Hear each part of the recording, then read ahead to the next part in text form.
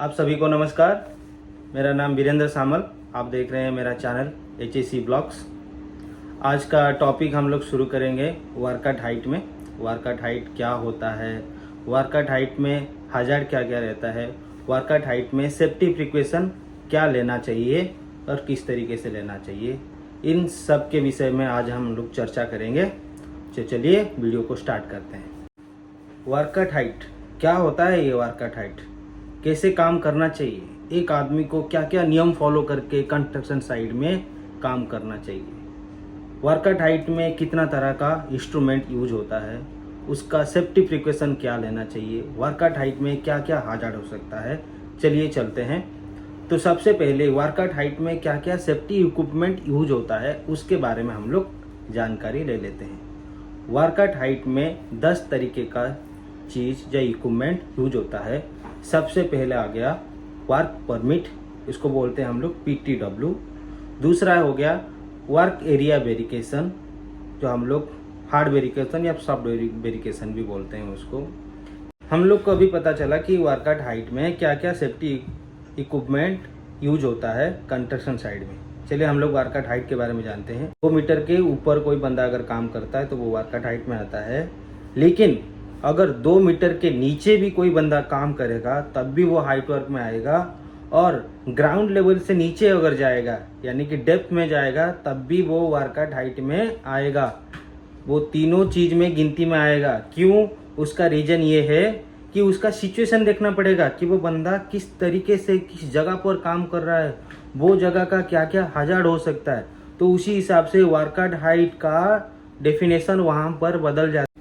Workout height में काम करते हैं तो वो किस टाइप का रहता है, इसके लिए मैं उसमें 6 तरह का डिवाइड किया हूँ। तो पहले जो है वो लैडर में आता है, दूसरा स्कैफोल्डिंग में आता है, तीसरा जो है पाइप रैक के ऊपर में आता है, चौथा जो है स्कैफोल्डिंग, पांचवा फायरगिल रूप एंड छठा है कन्फाइंड स्पेस। ये 6 जगह पर हम लोग जो डिवाइड करके रखे हैं वो कैटेगरी। अभी हम लोग चलते हैं वर्कआउट हाइट में क्या क्या हजार्ड हो सकता है। हाइट वर्क हजार्ड जो आप मुझे पीछे देख सकते हैं, उसमें सबसे पहले आता है फॉल फ्रॉम हाइट, ऊंचाई पे कोई भी सामान गिर सकता है। दूसरा है फॉलिंग ऑब्जेक्ट, यानी कि कोई भी ऊंचाई पे, जैसे कि स्कैफोल्डिंग का हो गया, उसमें कुछ नॉट्स वगैरह हो गया, स्पैनर हो गया, ऊपर से कुछ मटेरियल हो गया, लूज मटेरियल जो है वो ऊपर से गिर सकता है, वो फॉलिंग ऑब्जेक्ट में आ जाएगा। ओवरहेड सर्विस, यानी कि आप जहाँ पर काम कर रहे हैं या फिर खड़ा होकर कहीं पर भी वर्कआउट हाइट में काम कर रहे हैं, आपका सर के ऊपर से अगर कोई बंदा काम कर रहा है, कोई इक्विपमेंट लेके जा रहा है, कोई इरेक्शन हो रहा है, वहाँ पर भी कुछ खतरा हम लोग के ऊपर में आ सकता है, तो वो ओवरहेड सर्विस में आ जाएगा। स्ट्रक्चर कोलैप्स, कहीं पर भी किस जगह पर हम लोग वर्कआउट हाइट में काम करते हैं तो उसमें हम लोग बेसिकली स्कैफोल्डिंग का यूज करते हैं, या फिर कोई भी एक बड़ा सा स्ट्रक्चर जो है, स्ट्रक्चर को फैब्रिकेशन या रीमॉडिफिकेशन या फिर इरेक्शन का जो काम करते हैं वो भी कोलैप्स होने का खतरा रहता है। तीसरा, चौथा, पांचवा हो गया एनवायरमेंटल फैक्ट्स। एनवायरमेंटल फैक्ट्स यानी कि आप काम करते समय वर्कआउट हाइट में आपको कुछ गैस लग जाना या फिर आपको चक्कर आके गिर जाना, वो उस तरीके से एक हजार्ड भी हो सकता है। लास्ट हो गया हम लोग का ओवर बैलेंसिंग और फेलियर ऑफ फायरगिल रूफ, यानी जब किसी का सीट वाला छत के ऊपर अगर कहीं पर काम करते हैं, चाहे नया हो चाहे पुराना हो, वहाँ पर स्लिप होके गिर सकते हैं, या फिर वो जो टीन रहता है, वो सीट रहता है, वो टूट सकता है, वहाँ पर भी आप गिर सकते हैं। तो ये इस कैटेगरी में हम लोग ये वर्कआउट हाइट का हजार्ड बनाए थे। तो हम लोग अभी चलते हैं height work risk. Height work risk क्या होता है? सबसे पहला आता है फाटल। ऊपर से कोई अगर बंदा गिरता है तो वो गिर के उसका जान जाने का खतरा रहता है, तो सबसे पहले आता है फाटल का। दूसरा है, अगर वो उसका जान नहीं जाता है तो कुछ मेजर सीवियर इंजरी उसको लग सकता है, या फिर हाथ पैर टूट जाना या फिर अंधा हो जाना, यानी कि बॉडी का कोई भी पार्ट जिसमें इंजर्ड हो गए वो पार्ट कहीं पर काम का लायक नहीं रहे, तो उस जगह पर वो वाला खतरा हो सकता है। टेम्पररी डिसेबिलिटी, यानी कि आपको 1-2 दिन, 3 दिन, 4 दिन या फिर महीना भर के लिए आप वो पार्ट्स को यूज नहीं कर सकते। ऐसा कुछ कंडीशन में अगर वो कुछ मटेरियल गिरता है या फिर कहीं पर आपको कुछ चोट लगता है तो वो टेम्पररी डिसेबिलिटी में आ जाएगा।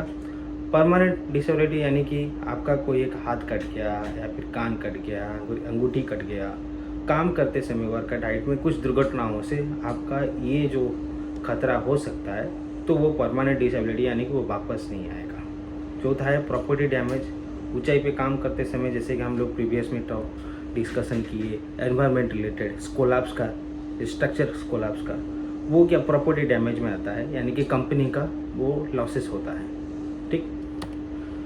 बॉडी पार्ट्स, अभी वर्कआउट हाइट में ज़्यादातर body parts like receive injury during falls, यानी कि आप ऊंचाई पे गिरते समय कहीं पर आपका बॉडी में जो इंजरी लगता है तो वो सीवियर भी हो सकता है, माइनर भी हो सकता है, LTI भी हो सकता है और FTI भी होता है, फर्स्ट एड भी हो सकता है। जैसे कि मेरे पीछे देख सकते हैं फॉल फ्रॉम हाइट, यानी कि आप सबको पता है cause of fall from height, यानी कि क्यों एक आदमी ऊपर से गिरता है, किस वजह से वो आदमी ऊपर से गिरे।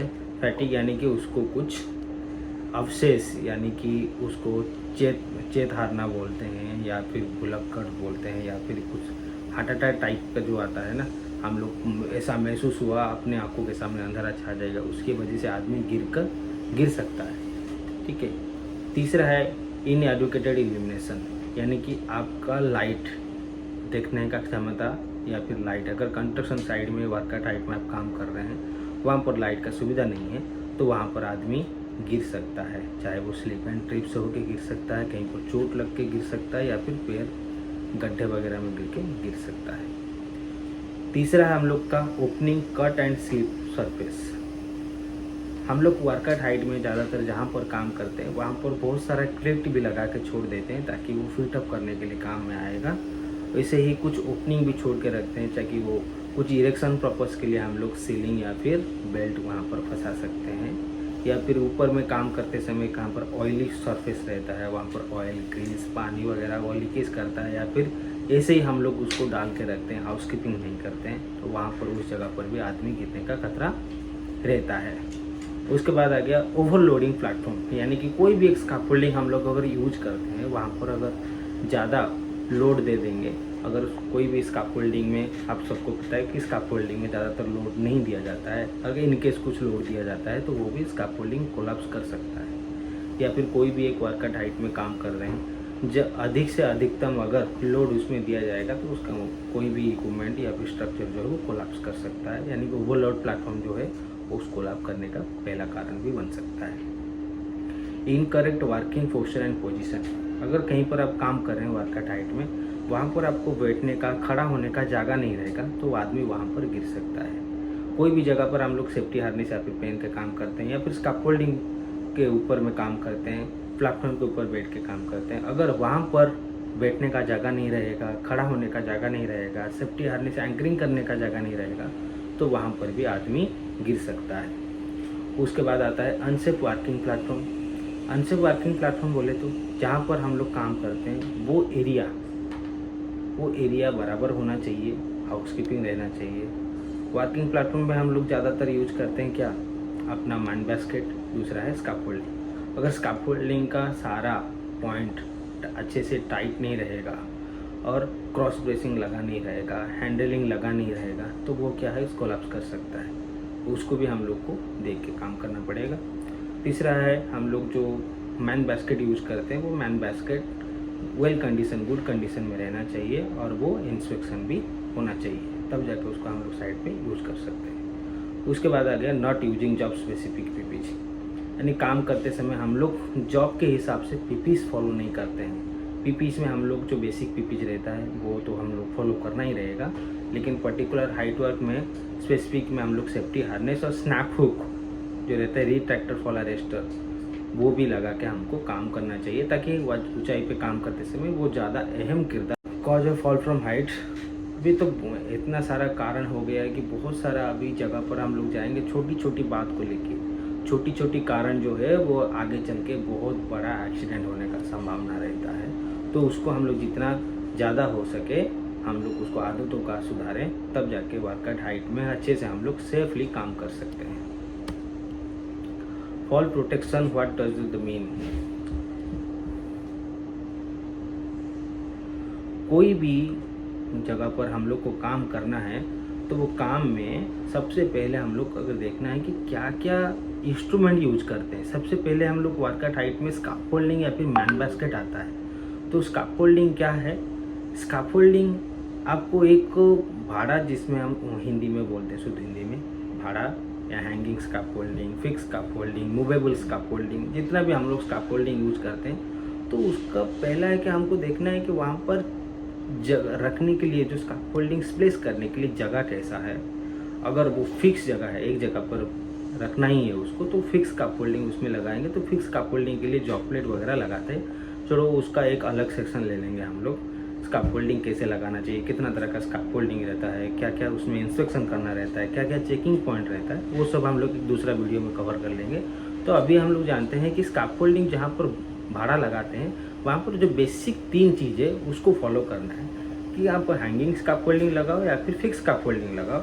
वहाँ पर लॉकिंग अरेंजमेंट रहना चाहिए, हैंड्रेल, टो गार्ड, मिड रेल, ये स्काफ होल्डिंग में रहना चाहिए। तब हम लोग जाके ऊंचाई पे गिरने वाला खतरा को जो है। अभी एक्टिव फॉल प्रोटेक्शन सिस्टम में क्या है कि आपको एक क्या प्रिकॉशन लेना चाहिए ताकि आदमी ऊपर से गिरने के लिए बच जाए।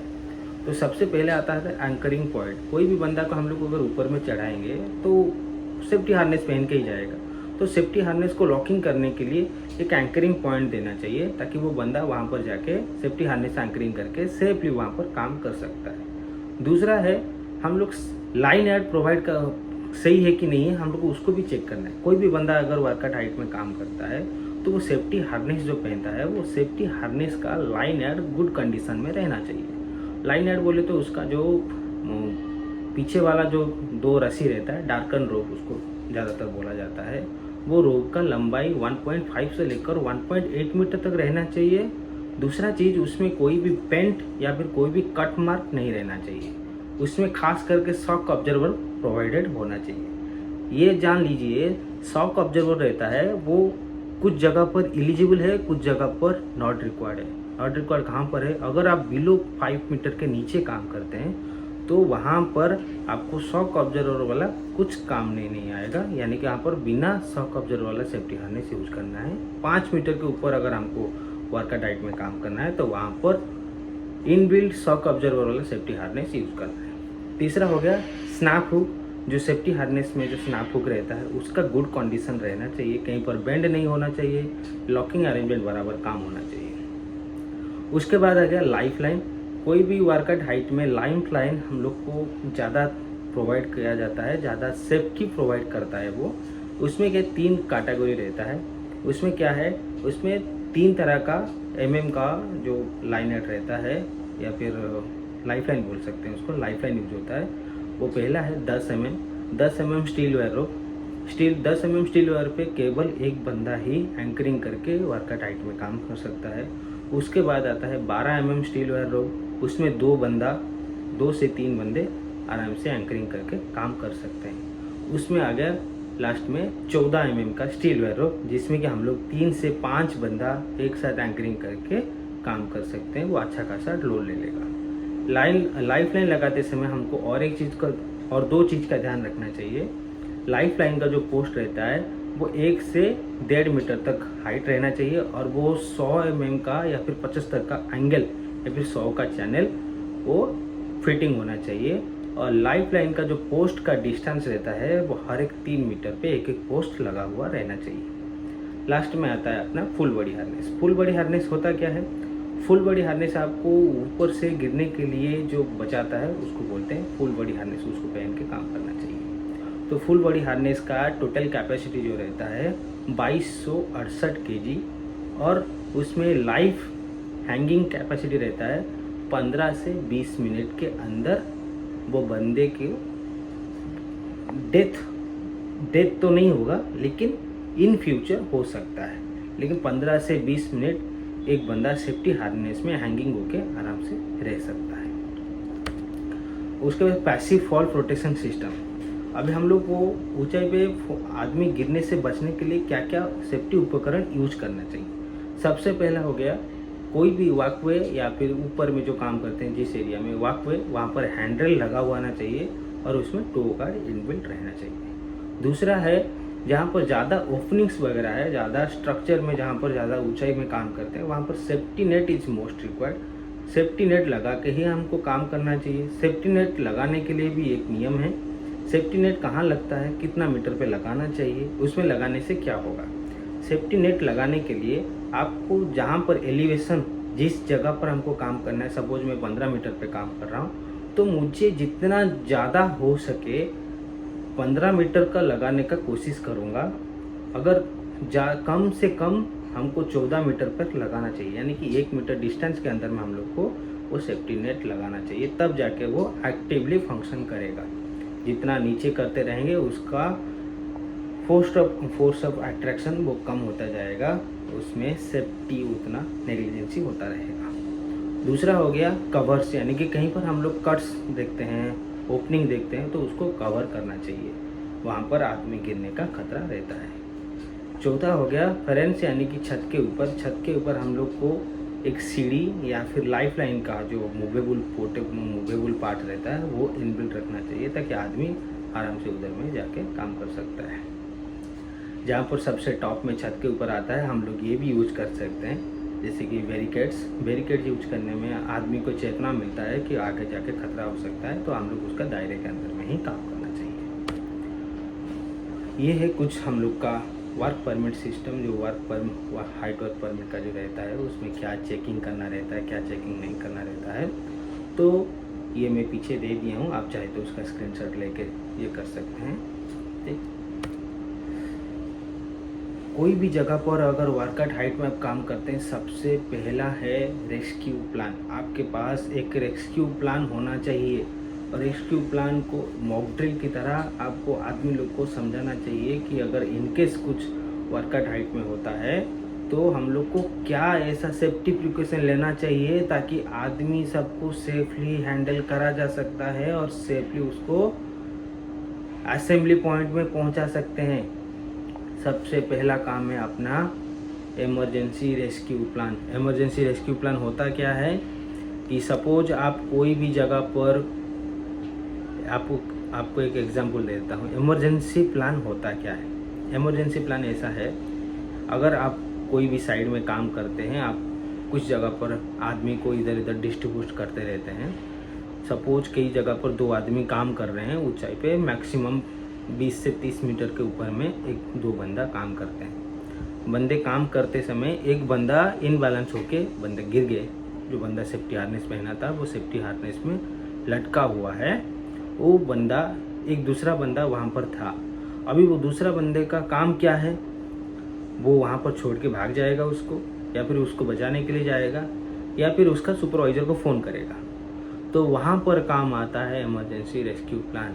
इमरजेंसी रेस्क्यू प्लान ये कहता है कि अगर आप 2 बंदे काम कर रहे हैं, या फिर 3 बंदे काम कर रहे हैं, या फिर 5 बंदे काम कर रहे हैं, कोई भी बंदा अगर साइड में कुछ इंसिडेंट के चलते गिर जाता है या फिर हैंगिंग होके रहता है, तो सबसे पहले उधर से भागना नहीं है। आपको सबसे पहले अपना सुपरवाइजर या फिर अपना सेफ्टी ऑफिसर को कांटेक्ट करना है।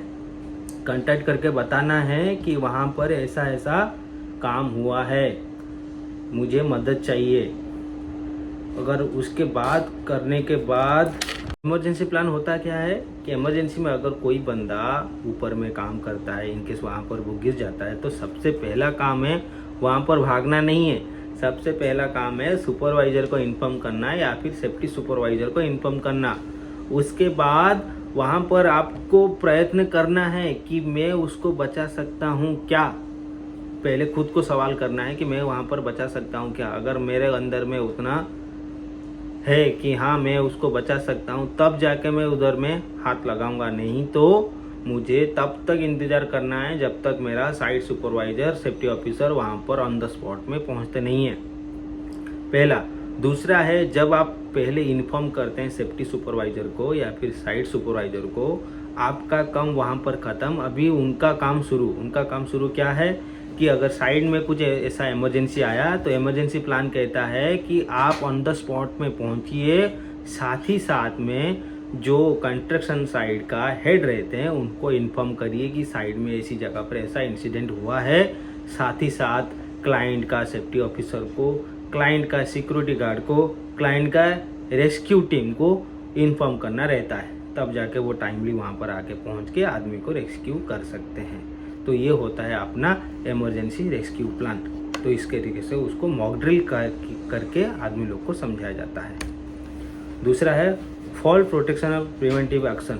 प्रिवेंशन एंड अभी जो मेरा आप पीछे देख रहे हैं वो fall prevention and protection equipments, यानी कि अगर आप कहीं पर काम करते हैं तो वो हम लोग को किस तरीके से हम लोग प्रिवेंशन और प्रोटेक्शन दोनों काम कर सकते हैं। तो सबसे पहले आता है all platform walkway above 6 feet 1.8 metre from floor shall be provided with guardrail system for all prevention. यानी कि आपको ये कहता है कि आप कोई भी जगह पर काम करना है 1.8 मीटर से ऊपर अगर जाएगा तो वहाँ पर स्काफोल्डिंग लगाना है, और स्काफोल्डिंग का चारों तरफ गार्डरेल, मिडरेल और टो गार्ड ये इनबिल्ट रहना चाहिए ताकि आदमी ऊंचाई पे गिरने के लिए बच जाए। दूसरा है हम लोग का guardrail system must be readily supported and meet the following minimum equipments. Top rail, hand rail must be 1500। जो हम लोग स्काफोल्डिंग यूज करते हैं वो स्काफोल्डिंग में सबसे पहले हम लोग को क्या चेक करना है कि वो हैंडल जो रहता है वो 1500 mm रहता है, यानी कि 3 हैंडल मिला के आपको 1500 रहना चाहिए। पहला आता है टो गार्ड 100 mm के ऊपर में, 100 mm के भीतर या फिर सेम लैंग्वेज में उसमें लगना चाहिए। उसके बाद आता है मिडल 100 से 600 mm, 500 से 600 mm के ऊपर में वो मिडल लगाना चाहिए। लास्ट में आता है टॉप रेल, वो 1200 से 1500 mm के ऊपर में लगना चाहिए। ये होता है टॉप रेल। दूसरा है तो board will be provided prevention for fall from height. आपको तीनों चीज़ें बता दिया, ठीक। अभी दूसरे में चलते हैं। ये है fall prevention protection equipment of fall protection system, fall arrester system to full body harness. आपको फुल बॉडी हार्नेस के ऊपर मैं पूरा डिटेल्स में मैं बताया हूँ। आप चाहे तो प्रीवियस बैक फॉरवर्ड करके आप उसको देख सकते हैं कि सेफ्टी हार्नेस लगाने के लिए हम लोग को क्या क्या इक्विपमेंट फॉलो करना रहता है। फिर भी मैं आपको यहाँ पर बता देता हूँ। सेफ्टी हार्नेस जो रहता है वो कुल मिलाकर 2 मीटर। सेफ्टी हार्नेस से क्या रहता है कि सेफ्टी हार्नेस से जो कुल लंबाई रहता है वो 2 मीटर का रहता है, जिसमें कि हम लोग डबल लाइनेड का रहता है 1.8 मीटर, और सेफ्टी हार्नेस को टोटल मिलाकर 2 मीटर के आसपास वो रहता है। अब हर एक कंपनी का अलग अलग क्राइटेरिया रहता है। कभी औद्योगिक का 1.5 मीटर रहता है, कभी करम का 1800 mm रहता है। तो जो 1.5 मीटर या फिर 1800 mm रहता है केबल लाइन एड का 1.5 से लेकर 1.8 मीटर रहता है। उसके बाद जो एंकरिंग हुक रहता है उसका 200 mm रहता है। तो कुल मिलाकर सेफ्टी हार्नेस का लंबाई रहता है 2 मीटर, और उसमें और 2 चीज़ इनबिल्ड है, जिसमें कि डी रिंग हो गया, शॉक ऑब्जर्वर हो गया, चेस्ट स्ट्रिप हो गया, 4 लॉकिंग पॉइंट हो गया। तो वो सब भी हम लोग को बराबर में चेक करके ऊपर में यूज करना चाहिए। तीसरा में हम लोग आ जाते हैं अभी fall prevention and protection equipment wear full body harness. Full body harness में जो आपको बताया वो जैसे कि इंस्पेक्शन करना रहेगा, कैसे पहनना चाहिए। और एक चीज़ आपको बता देता हूँ, सेफ्टी हार्नेस पहनने से आपका दोनों जांघों के बीच में 2 उंगली का गैप रहना चाहिए ताकि मूवमेंट आराम से। अभी वर्कआउट हाइट में हम लोग पता है कि स्काफोल्डिंग लगाना है, लैडर लगाना है, हार्नेस लगाना है। तो अभी हम लोग जानते हैं कि लैडर कैसे लगाना चाहिए। कोई भी एक लैडर प्लेस करने से पहले हमको देखना चाहिए कि वहाँ पर एलिवेशन कितना है, यानी कि हाइट उसका कितना है जिस जगह पर हम लोग को काम करना है। वो हाइट लेने से पहले उससे 3 से 4 मीटर लंबा सीढ़ी हमको लाना पड़ेगा। क्यों लाना पड़ेगा कि कोई भी जगह पर अगर हम लोग लैडर लगाते हैं तो हम लोग को 4:1 रेशियो अप्लाई करना चाहिए। 4:1 रेशियो अप्लाई करना चाहिए। 4:1 रेशियो क्या है कि आप जितना मीटर सीढ़ी लगाते हो उसको 4 भाग में विभाजित करना है, और उसका एक भाग दीवार या फिर प्लेस, एलिवेशन प्लेस से दूरी लेकर हम लोग को उसको सुला के रखना है। और एक चीज़ ध्यान देना है आपको, जहाँ पर एलिवेशन है वहाँ से 1 मीटर ऊपर आपको सीढ़ी रहना चाहिए, ताकि कोई भी बंदा अगर वहाँ पर चढ़ता है तो वहाँ पर आराम से उतर सकता है। उसमें और एक चीज़ ध्यान देना है आपको, सीढ़ी चढ़ते समय 3 पॉइंट कांटेक्ट रहना चाहिए। 3 पॉइंट कांटेक्ट क्या होता है कि आपका 2 हाथ 2 पैर उसको मिलाकर 4 पॉइंट होता है, जिसमें कि सीढ़ी चढ़ते समय आपका 2 हाथ 1 पैर या फिर 2 पैर 1 हाथ सीढ़ी के साथ लगा हुआ रहना चाहिए, और आपका 1 पॉइंट खुला हुआ रहना चाहिए ताकि आप ऊपर और नीचे, यानी कि ऊपर चढ़ने के लिए और नीचे उतरने के लिए उसको मूवेबल कर सकते हो। उसमें और एक चीज़ ध्यान देना है कि आप सीढ़ी में चढ़ते समय कोई भी इक्विपमेंट मटेरियल कुछ पकड़ के हाथ में कैरी नहीं करना है, आपको सेल्फ में चढ़ के जाना है, ठीक है। सेफ्टी लाइफ लाइन, अच्छा लाइफ लाइन के बारे में आपको मैं बता दिया हूँ कि लाइफ लाइन क्या होता है। आप भले ही इसमें कुछ नोट डाउन करना है तो आप नोट डाउन कर सकते हो। अभी आ जाते हैं डज और डज नॉट का, डूज या डू नॉट का। तो सबसे पहले application of work at height में क्या आता है, do as much work as you can while you are the ground. अभी दूसरा है do make sure the employee can safe move and from the area where they are working at height. अभी हम लोग को ये ध्यान देना है कि जहाँ पर हम लोग काम करते हैं वो उस एरिया का हाउसकीपिंग बराबर रहना चाहिए। कुछ एरिया में जहाँ पर हैंडलिंग लगा हुआ है लेकिन कुछ ओपनिंग्स वगैरह है वहाँ पर उसको कवर लगाना चाहिए।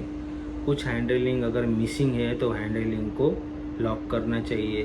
कुछ जगह पर हम लोग हैंडलिंग लगा हुआ है, कुछ जगह पर स्पेस छोड़ा गया है तो उसको मूविंग के लिए आपको वहाँ पर लॉकिंग अरेंजमेंट प्रोवाइड करना चाहिए। कुछ जगह पर सीढ़ी चढ़ते समय आपको 3 पॉइंट कांटेक्ट होना चाहिए। कुछ जगह पर हम लोग टूल्स कैरी करने के लिए टूल्स किट रहना चाहिए। तो ये सब बेसिक चीज़ जो है वो हम लोग डूज में फॉलो करना है। डू नॉट में आ जाते हैं हम लोग, do not overload the ladder the working on the equipment of materials. कोई भी मटेरियल ज़्यादा लोड, कोई भी इक्विपमेंट कोई भी स्कैफोल्डिंग के ऊपर ज़्यादा इतना लोड नहीं देना चाहिए, नॉर्मल लोड से काम करना चाहिए। Do not try to reach the far when the ladder. आज का तो ये हम लोग वर्क एट हाइट का सेक्शन था, उसमें मैं अभी आपको कुछ डूस डू नॉट दिखा देता हूँ, उसमें आप थोड़ा ध्यान दीजिएगा। दूसरा है मैं कुछ क्वेश्चन पेपर आप लोग को शेयर कर दे रहा हूँ। जो कोई मेरा वीडियो देख रहा है वो मेरा कमेंट में ये क्वेश्चन का आंसर दे देंगे तो उसका मैं विनर निकाल लूँगा। Thank you for watching, this is my channel. Please like share and comment, please subscribe